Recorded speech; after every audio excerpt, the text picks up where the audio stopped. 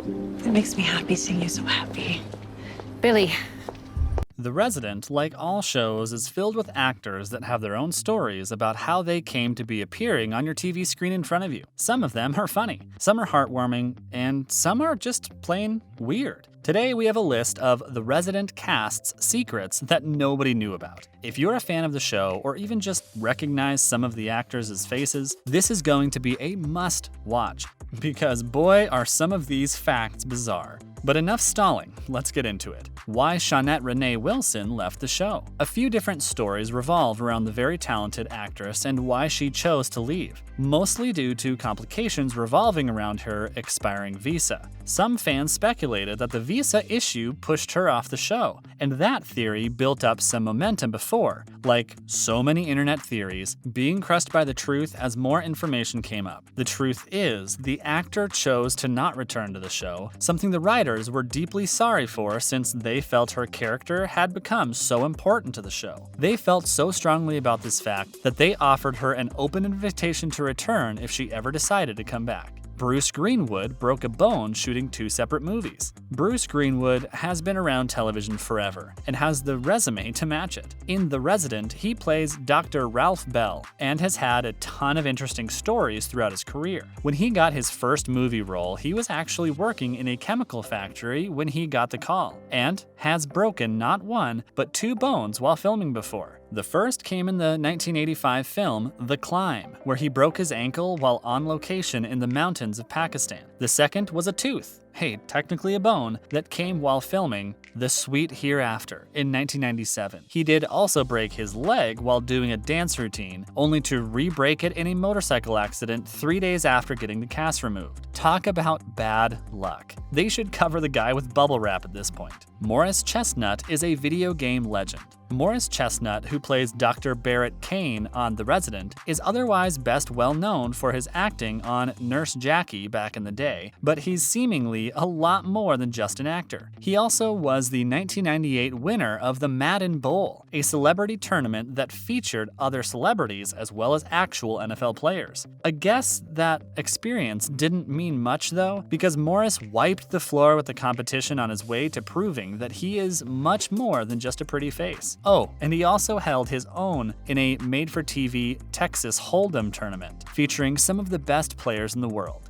Talk about a man who has many interests: acting, Madden football, and Texas Hold'em. What a combination. Matt Chetry's pet peeve. While Morris Chestnut may have been great at virtual football, the star of Resident, Matt Chetry, was a real-life tennis star in college. Playing at an NCAA level as well as graduating with top honors, the former Gilmore Girls star does have one pet peeve, however, and that is being called by his character's name in the show, Logan. The history and political science major apparently wants to let the past stay in the past and doesn't appreciate how fans bring up the show he used to be in. I wonder if he would mind if you called him Conrad or Dr. Hawkins. Now I'm too afraid to even ask. Emily Van Camp's A-list ex. Not many people remember this, but Emily Van Camp has a pretty famous and pretty hunky ex-boyfriend. The star acted in the 2002 show Everwood and has said that her first big splurge was a Nikon camera, and she says she is a pretty avid photographer. While on Everwood, she acted with and eventually dated future Parks and Rec and Guardians of the Galaxy star Chris Pratt, from way before he was the star he is today. Funnily enough,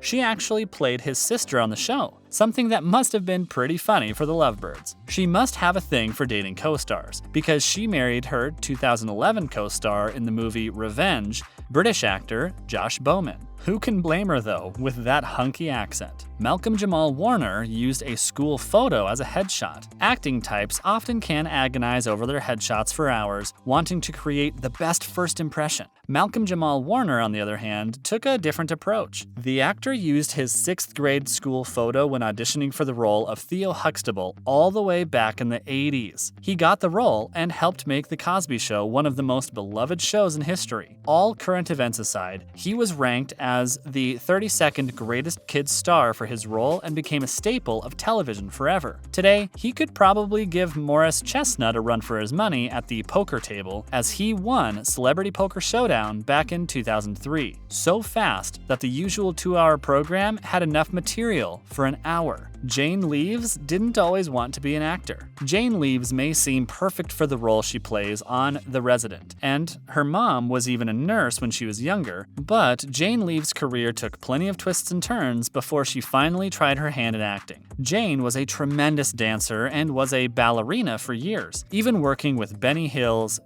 Angels in the early 1980s. She did appear on television several times for her dancing, but it wasn't until she injured her ankle that she finally gave up on dancing and being a ballerina. Since then, she's had a great acting career, and so I'm sure she's not complaining. Not only has she been great on television, but she also performed in a Broadway play in New York as well. So it seems like she made the right choice becoming an actor. Glenn Morshower loves to play the President of the United States. Reading Glenn Morshower's IMDb makes you realize what a great career the man has had. Having started his career all the way back in the 70s too, the show and the movies he has appeared in are almost endless. And on top of that, he has played probably two of the most iconic president roles ever on television. He played the president at 24 and appeared in all 7 seasons of that show, as well as on The West Wing, 2 iconic pieces of television. When the man isn't playing the commander-in-chief, he's playing other types of government officials. Glenn has been a police officer 22 times, a military member 21 times, and 10 times some other type of government official.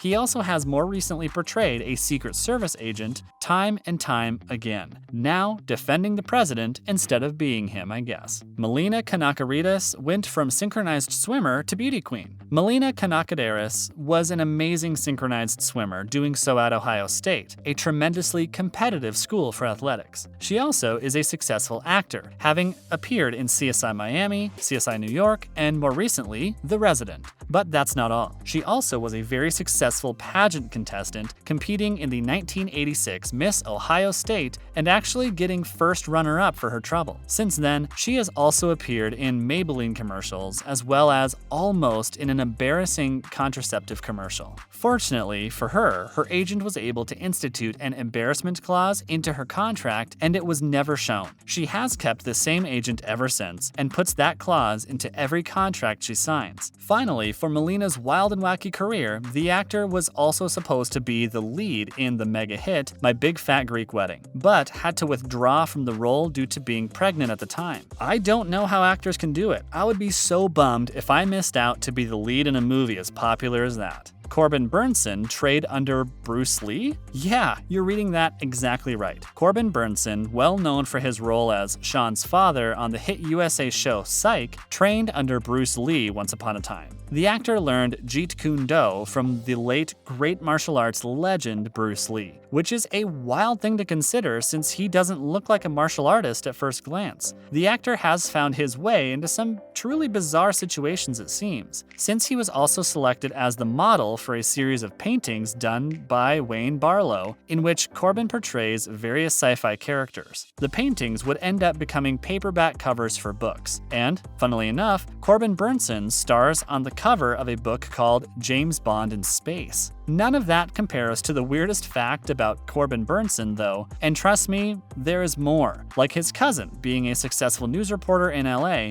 the best Corbin Bernsen fact is that for some unknown reason, the man owns over 7,000 snow globes. To be honest, I wouldn't have even guessed that there are 7,000 snow globes left in the world, let alone in one man's house. And with that, it wraps up the video. Thanks for watching.